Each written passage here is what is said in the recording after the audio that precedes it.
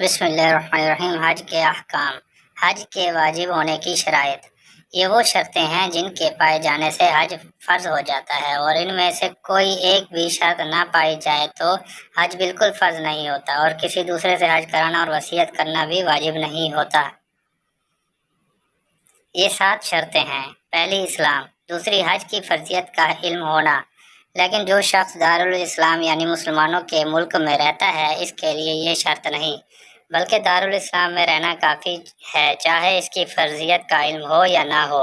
ہاں، جو مسلمان دارالحرب یعنی کفار کے ملک میں رہتا ہے، اس کے لیے علم ہونا ضروری ہے۔